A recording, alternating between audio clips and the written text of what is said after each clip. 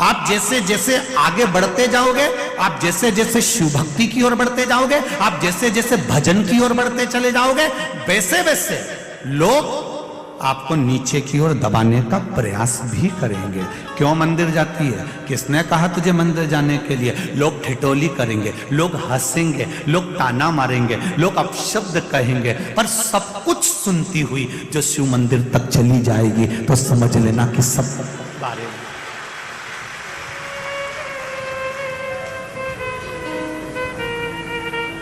पतंग और पद जब बढ़ता है तो काटने वालों की संख्या भी बढ़ जाती है, निश्चित है। पतंग जब बढ़ेगी और पद जब बढ़ेगा, आपकी प्रतिष्ठा, आपका पद, आपकी उन्नति, और पतंग जब ये ऊपर बढ़ती जाती है, बढ़ती जाती है, बढ़ती जाती है, तो लोगों को रास नहीं आती और वो उसको काटने का विचार करने लगते हैं। पतंग बढ़ रही है, उसे बढ़ने दीजिए। आप अपनी डोर बस भोलेनाथ जी के हाथ में छोड़ दीजिए।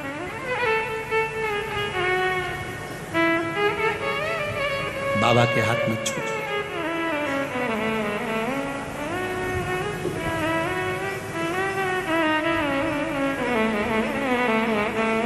उसकी कृपा जब होगी तब सुख मिलेगा। बेलपत्र ढूंढने के लिए सुख सुंदरी गई, बेलपत्र ढूंढने के लिए सुख सुंदरी की 100 बेटियां गईं, बेलपत्र ढूंढने के लिए सुख सुंदरी के पुत्र गए, बेलपत्र ढूंढने के लिए दामाद भी गया। पर शिव भक्ति, पार्वती जी को कुछ लीला करना थी, बेलपत्र नहीं मिली, नहीं मिली बेलपत्र।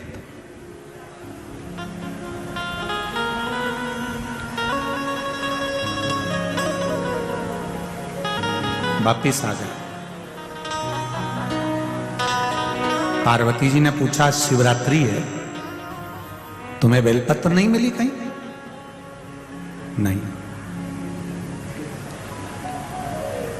बेलपत्र नहीं। तब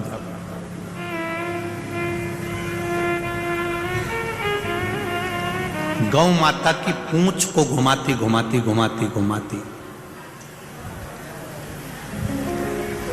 गौ माता की पूंछ को घुमाती घुमाती माता संतोषी वहां पहुंची।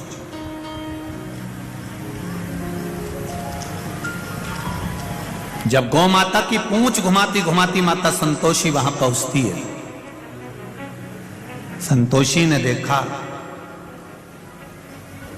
तो दादा दादी कह रहे हैं,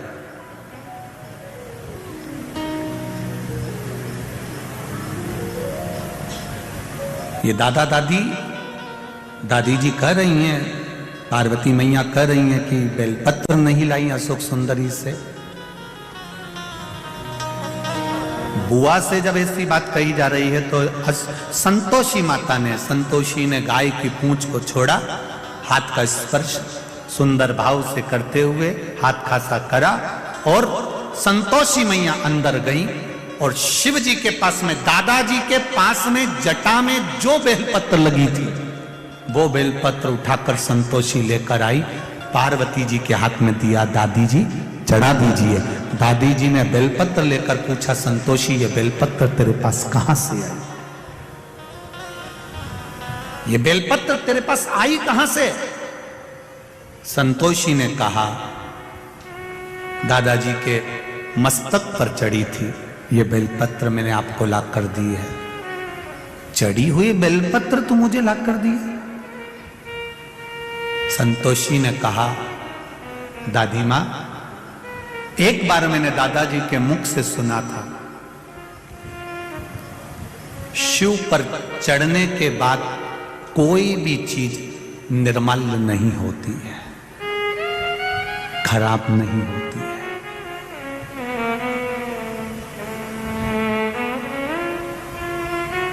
भगवान नारायण भगवान के चरण से निकली है गंगा, विष्णु पदी कहलाई है। भगवान विष्णु के चरण से निकली हुई गंगा विष्णु पदी कहलाई है। शंकर जी के ऊपर चढ़ गई तो गंगा भी कहती है मेरा कल्याण हो गया, अब मैं कल्याण करने वाली हो गई। विष्णुपदी का शहद मक्खी का झूठा है।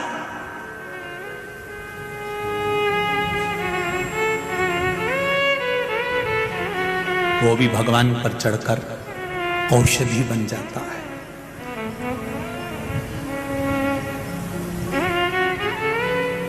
वो भी औषधि बन गई। मेरे शंकर भगवान पर जो चढ़ा वो शुद्ध और आनंदित हो गया।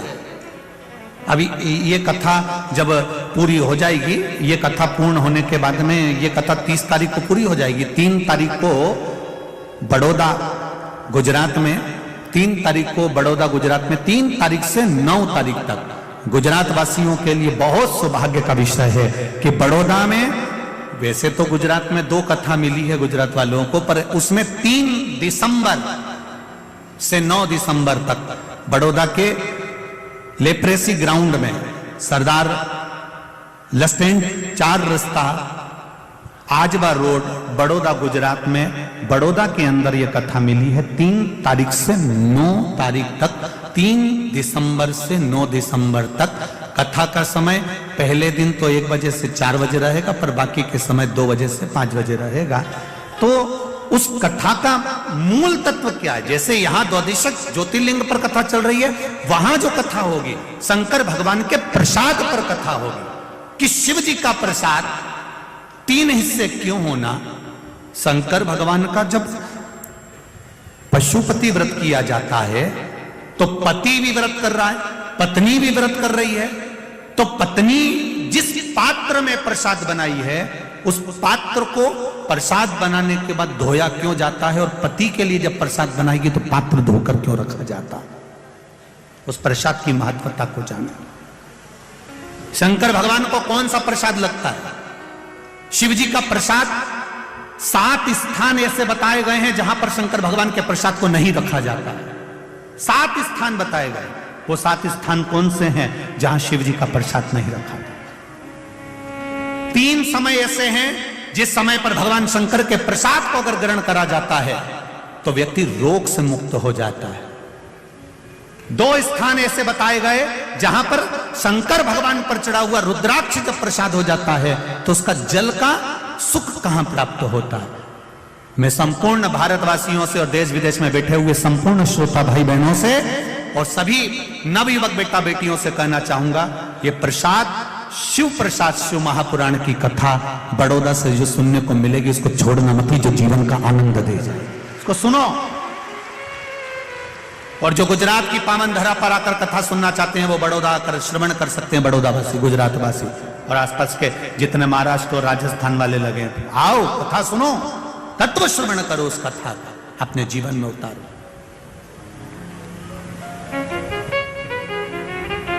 समझो उस प्रसाद की महत्वता क्या है,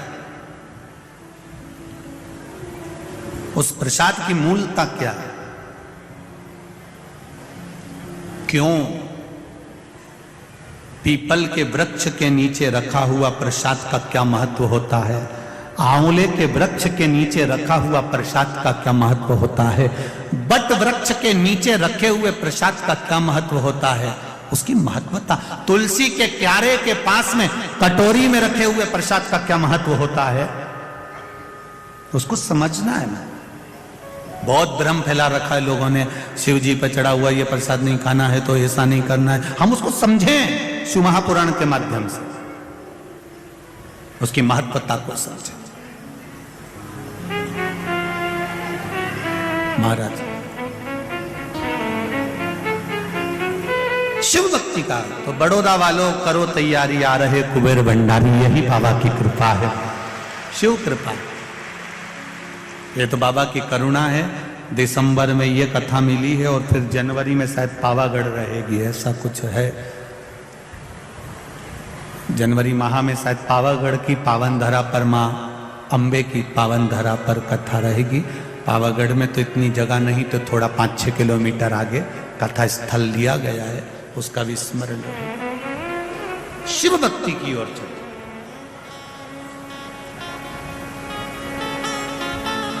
और 4 अप्रैल से 10 अप्रैल तक आप लोगों को मालूम ही है कहां पर है। वाह, सब तैयारी करके बैठे हो मतलब अभी से पक्का हो गया है? तो उस समय पर उज्जैन में कथा रहेगी 84 महादेव का आनंद, और बाबा महाकाल की नगरी में विक्रमादित्य शिव महापुराण की कथा का रसतत्व ग्रहण करेंगे बड़े आनंद के साथ। शिव कथा का रसतत्व। हर हर महादेव, भगवान शिव की कथा कर रही है, भगवान शंकर का संवाद। माता संतोषी ने एक बेलपत्र शिव जी पे से उठाकर अपनी दादी जी को दे दी है। दादी जी के हाथ में बेलपत्र आई, वो बेलपत्र शंकर भगवान के शिवलिंग को चढ़ाई गई तो शंकर भगवान के नेत्र खुल गए। इतने समय से नेत्र बंद थे, इतने समय से बंद थे। संतोषी का संतोष परम धन है, और संतोषी माता का परम धन हमको बताता है कि केवल 33 कोटि देवी देवता में एक मेरे महादेव ऐसे हैं जिन पर चढ़ी हुई बेलपत्र उठाकर धोकर आप वापिस चढ़ा दो, शिव जी उससे भी प्रसन्न हो जाते। ये संतोष परम धन, ये संतोष परम प्रिय धन।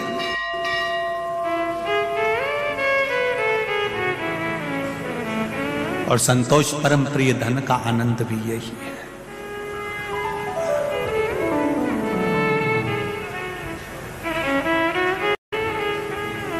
ये सुख वही, ये आनंद।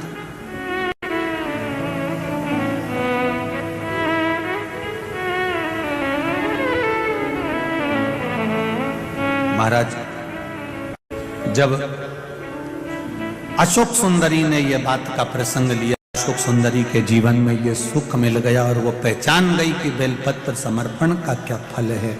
वही बात शिव महापुराण के अंतर्गत वर्णित करी गई।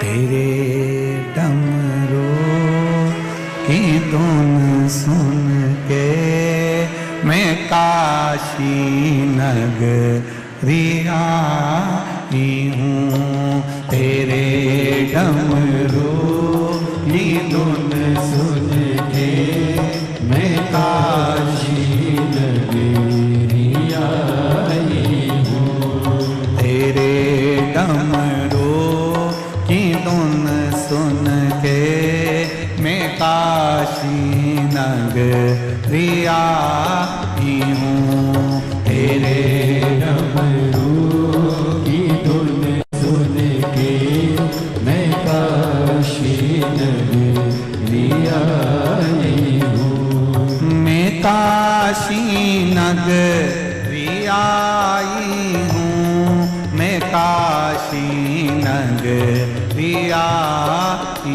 हूँ, मैं काशी नगरी आई हूँ, मैं काशी नगरी आई हूँ, मैं काशी नगरी आई हूँ, मैं काशी नगरी आई हूँ, मैं काशी नगरी आई हूँ, मैं काशी नगरी आई हूँ, मेरे बोले ओ बम बोले मैं काशी नगरी आई हूँ, मेरे बोले ओ बम बोले मैं काशी नगरी आई हूँ। जितना पंडाल में है, जितने पंडाल के बाहर है, दोनों हाथों से आनंद के साथ, भाव के साथ आग लगे बस्ती में अपन रहो, बस्ती में जो हो।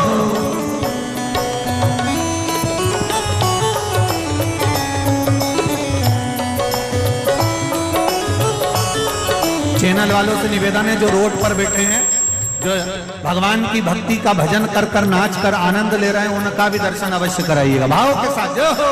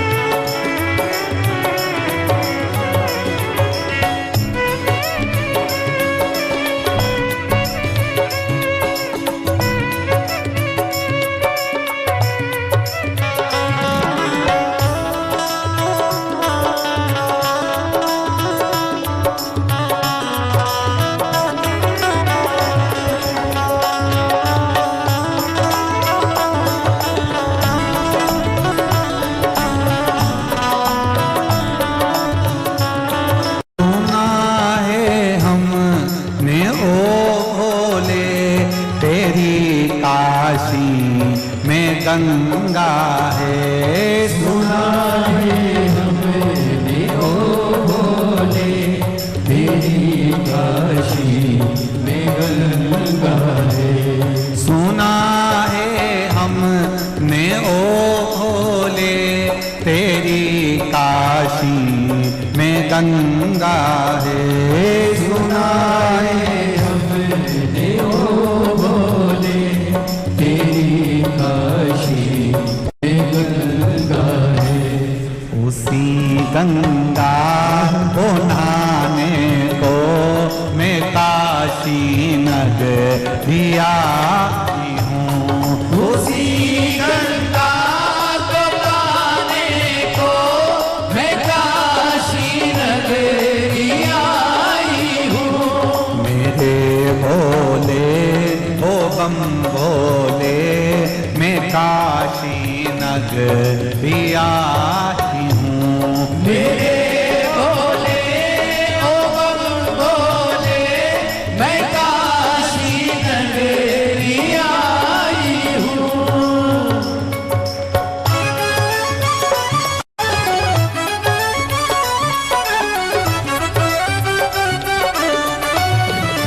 हरि बोल।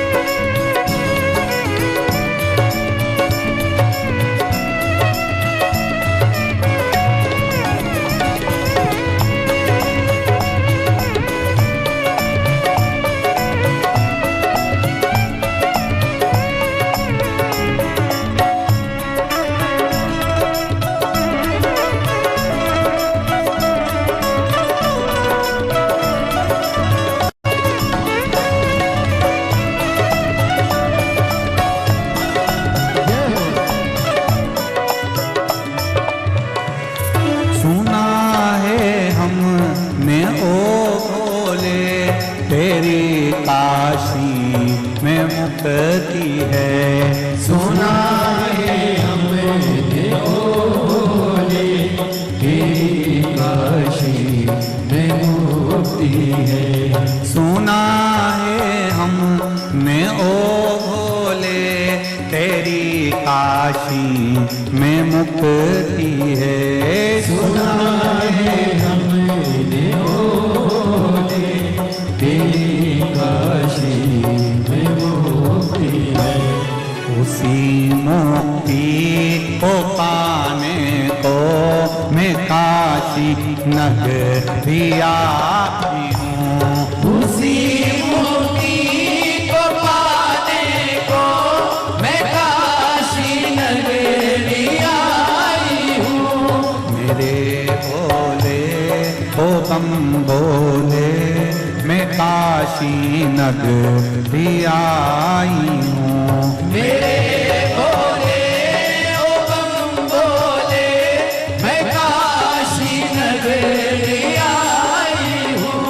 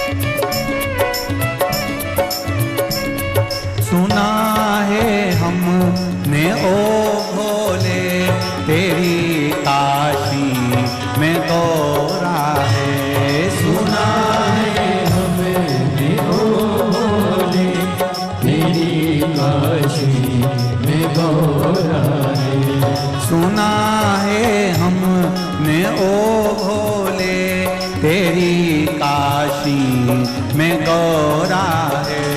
सुना है हमने ने तेरी काशी में गौरा है। उसी गौरा को पाने को मैं काशी नगरी आती हूँ। उसी गौरा को पाने को मैं काशी नगरी आई हूँ। उसी गौरा को पाने को मैं काशी नगरी आई हूँ। उसी गौरा को पाने को मैं काशी नगरी आई हूँ। मेरे भोले ओ बम भोले मैं काशी नगरी आई हूँ। मेरे भोले ओ बम भोले मैं काशी नगरी आई हूँ। मैं काशी नगरी आई हूँ। मैं काशी नगरी आई हूँ। मैं काशी नगरी आई हूँ। मैं काशी नगरी आई हूँ। मैं काशी नगरी आई हूँ। मैं काशी नगरी आई हूँ। आर महादेव हर। अपने स्थान पर बैठकर भगवान शिव के मूल मंत्र का स्मरण करते हुए बाबा देव अधिदेव महादेव से निवेदन करें, विनती करें, बाबा से प्रार्थना करें। अपने जीवन की सार्थकता के लिए, शिव भक्ति को प्राप्त करने के लिए भगवान शंकर से निवेदन। श्री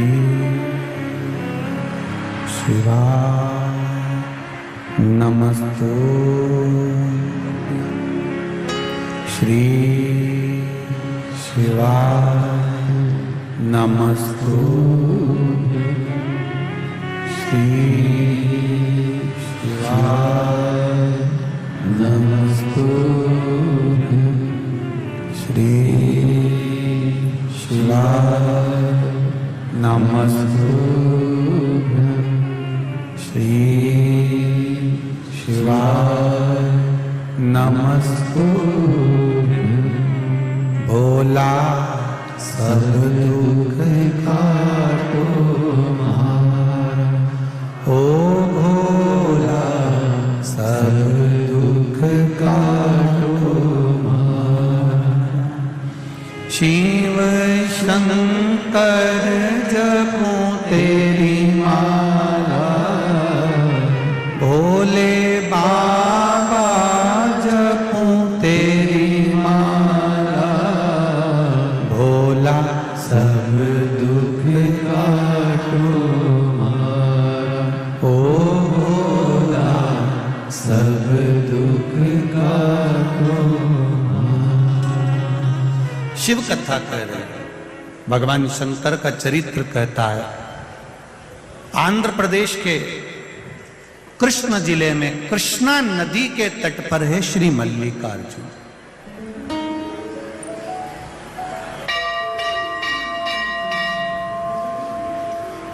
मल्लिकार्जुन, मल्लिका का भाव जो कहा गया है वो माता पार्वती हैं, और अर्जुन का जो भाव कहा गया है वो मेरे देव अधिदेव महादेव।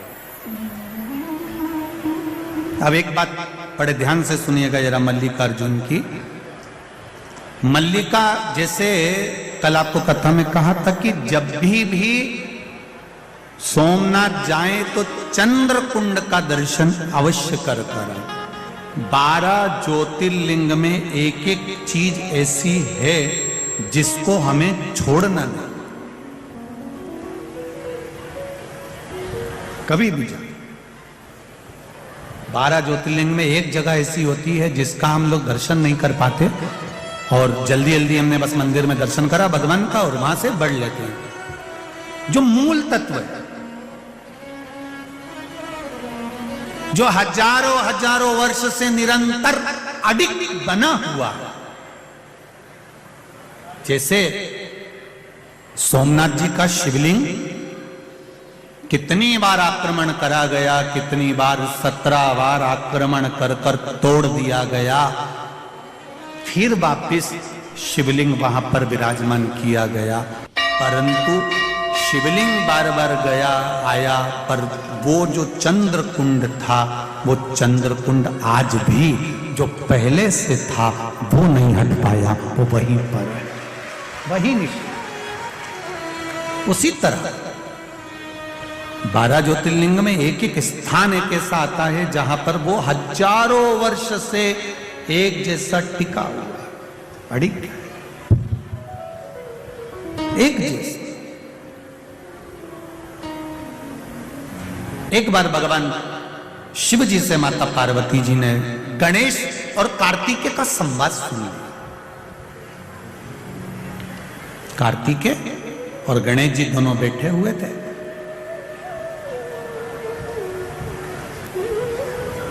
जया, विषहरा, शामली बारी, दौतली और देव, शिव जी की ये 5 बेटियां। एक बार सब लोग उनका नाम लेंगे। जया, विषहरा, शामली बारी, दौतली और देव, ये शिव जी की 5 बेटियां। ये गंगा के जल से प्रकट हुई हैं और अशोक सुंदरी नंदनवन काशी में प्रकट हुई। दोनों के इनके प्रागट्य की जगह जगह अलग है, स्थान अलग है। जैसे अशोक सुंदरी का स्थान जहां से पानी निकलता है, बीच में जो मोटी लाइन होती है, वो अशोक सुंदरी का स्थान होता है। उसी तरह ऊपर से जो जल जलाधारी में से बूंद बूंद नीचे गिरता है, वो जलाधारी का महत्व है। जया, विषहरा, शामली बारी, दौतली और देव, ये शिव जी की 5 बेटियां जैसे शंकर भगवान के साथ गंगा जी के जल में खेलियां कर रही थी, उनके भाव से ये जल शिव जी को समर्पित होता है। ये 5 बेटियां शिव जी की कोई साधारण नहीं है। जब कभी कोई प्रशासनिक बात सामने आती है कि साहब बहू ने अदालत में केस लगा दिया, या उसने केस लगा दिया, या उसने कुछ कह दिया, उस जगह पर इन 5 बेटियों की जरूरत पड़ती है। क्या नाम है 5 का? पहला, दूसरी, तीसरी, चौथी, 5वीं, 2। ये 5 बेटियों की जरूरत हमें उस समय पर पड़ती है। अदालत में चल रही है कार्रवाई, पर उस समय पर हमारी ये 5 बेटियां हमारे कार्य के लिए तत्पर रहती हैं। ये जो जलाधारी है ना शिव जी के ऊपर, ये जलाधारी का बड़ा महत्व होता है। जब ब्राह्मण अभिषेक कराते हैं, 3 पाई की चौकी रख उसके ऊपर कलश जो विराजमान करते हैं और एक एक बूंद जो पानी उसमें से गिरता है, ये ऐसे ही नहीं रहता। श्रृंगी से अभिषेक करा रहे हैं, वो श्रृंगी का महत्व समझना चाहिए, वो जलधार का महत्व समझना चाहिए। जब हमें जिंदगी के एक एक पूजन का नियम, एक एक महत्व जब मालूम पड़ जाएगा ना, तो फिर हमको लगेगा कि हाँ हम सही पूजन कर रहे हैं, हमारे में ये तत्व का आनंद है। महाराज गणेश जी और कार्तिकेय दोनों बैठकर बात कर रहे थे। जया, विषहरा, शामली बारी, दौतली, देव, 5 कन्याएं वहां बैठी हुई थी। इतने में 5 बेटियों ने आकर अपनी माता जी से, अपने पिताजी से एक बात कह दी। मां, मैं आपसे कुछ कहना चाहती हूं। पार्वती जी ने पूछा, क्या हुआ, क्या कहना चाहती हो, बोलो। जया ने विषहरा से कहा, विषहरा ने शामली बारी से कहा, शामली बारी ने दौतली से कहा, दौतली ने देव से कहा। देव ने फिर माता पार्वती से कहा। दोनों भैया में विवाद है कि दोनों प्रबल कौन है, विद्वान कौन है, सबसे श्रेष्ठ कौन है। कार्तिकेय श्रेष्ठ हैं कि गणेश जी श्रेष्ठ हैं, इन दोनों में विवाद चल रहा। पार्वती जी ने कहा इतनी सी बात के पीछे लड़ रहा कि श्रेष्ठ कौन है? घर के अंदर रहें, देवरानी और जेठानी के मन में कभी यह बात सामने नहीं आना चाहिए कि जेठानी श्रेष्ठ है कि देवरानी श्रेष्ठ है। और मेरा सासुओं से हाथ जोड़ के निवेदन है, अपनी जिंदगी में तुम किसी को भी धन दे देना मना नहीं है, पर अपने मुंह से कभी मत कहना कि बड़ी अच्छी है कि छोटी अच्छी है।